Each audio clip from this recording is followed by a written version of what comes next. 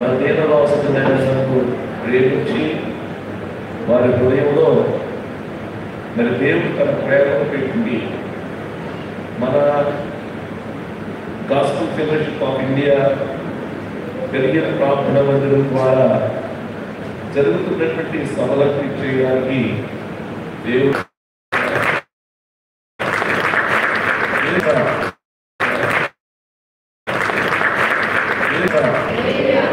అలాంటి స్థాయి సభలు నిర్వహింపగలిగిన అలాంటి వారికి దేవుని యొక్క వాక్యాన్ని బోధించి దేవుని మార్గంలో నడిపగలిగినటువంటి దైవజనులు మరి మన ప్రియులు దేవుడయ్య గారు.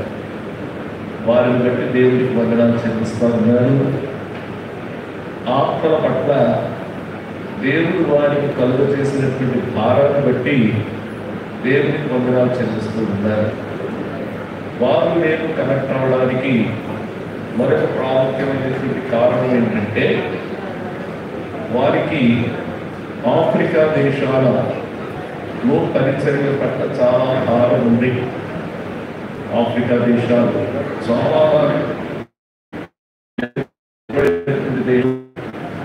ఆఫ్రికా దేశాలు ఆర్థికంగా చాలా మరి వెనకబడినటువంటి దేశం. మనకి ఇలాంటి మందిరాలు కొన్ని ప్రాంతాలకు వెళ్తే చెట్టు కిందే మందిరం, పోయిన కుర్చీలు, వెనకాల వీటి విరిగిపోయినటువంటి కుర్చీలు, చేపలు ఏముంటాయి మందిరంలో ఉన్నాయి. గుడికొచ్చేవాడు కూడా తెచ్చుకుంటారు. అలాంటి పరిస్థితి అన్నమాట.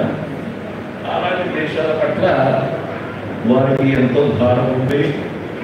మరి నేను కూడా ఆఫ్రికా దేశాలలో పరిచయం చేస్తున్నప్పుడు ఆ ప్రజల పట్ల దేవుడు నాకు భారాన్ని ఇచ్చాడు. ఒకే భారం కలిగి ఉండడం కూడా వారితో నేను అనుబంధం కలగడానికి అవకాశం కలిగి ఉంది. అలాగే శశిభూషణ్ గారు, మా తమ్ముడు గారు, వారందరితో కూడా ఎక్కువ పరిచయం కలిగినటువంటి మరి వ్యక్తి. ఈ రోజున మరి రాష్ట్ర మైనారిటీస్ ఎంపీ గారు ఈ గుడికి వచ్చారంటే చిన్న విషయం కాదు. మరి క్రిస్టియన్ మైనారిటీస్ ఎంపీ గారు మా తమ్ముడు గారు ద్వారా మన మధ్యకు రావడం జరిగింది. మరి ఇలాంటి గనులైనటువంటి వారు మనతో ఉండడం మనకు ఘనతది. దేవుని దేవుడు మన సన్నిధిలో ఉండడం ఘనత. అలాగే దేవుడు మనల్ని ఘనపరచబడినటువంటి వారు మనతో ఉండడం మనకు ఘనతగా భావించాలి. దేవుని స్తోత్రం. హల్లెలూయా.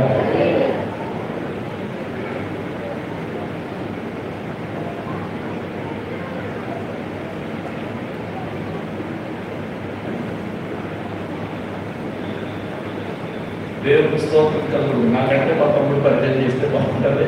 నువ్వు పరిచయం చేయ ఎంపీ గారిని. ప్రభువుని స్తోత్రాలు. మన మధ్య Christian minority finance corporation MD Shekhar గారు ఉండటం చాలా సంతోషం. ఇప్పటి నుంచో రావాలనుకున్నాం, కానీ ఈ సమయం ఇందాక మాట్లాడుతుంటే this is the right time. Lord's time is right time.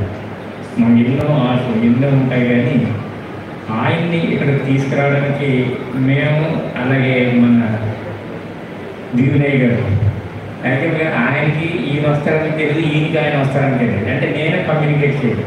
But అందరికీ కూడా ఒకటే ఇక్కడికి మేము రావడానికే కారణం ఏంటంటే ఈ మధ్యకాలంలో చాలామందిని గమనిస్తే చాలామంది మన చర్చెస్లో ఇంజనీర్స్ ఉన్నారనేసి అంటున్నారు. అయితే నా ఉద్దేశం ఏంటంటే చాలామంది ఇంజనీర్స్ ఉన్నారు, కానీ పని తెలిసిన వాళ్ళు చాలా తక్కువ. నాకు ఏదైతే తెలిసిందో అది అందరికీ నేర్పించాలని ఉద్దేశంతో రమ్మన్నాను. ఈ ఎక్కువ మాటలు నేను చెప్పను, మరి వారు చెప్తేనే బాగుంటుంది. శేఖర్ గారిని ఇప్పుడు ఆహ్వానిస్తున్నాను.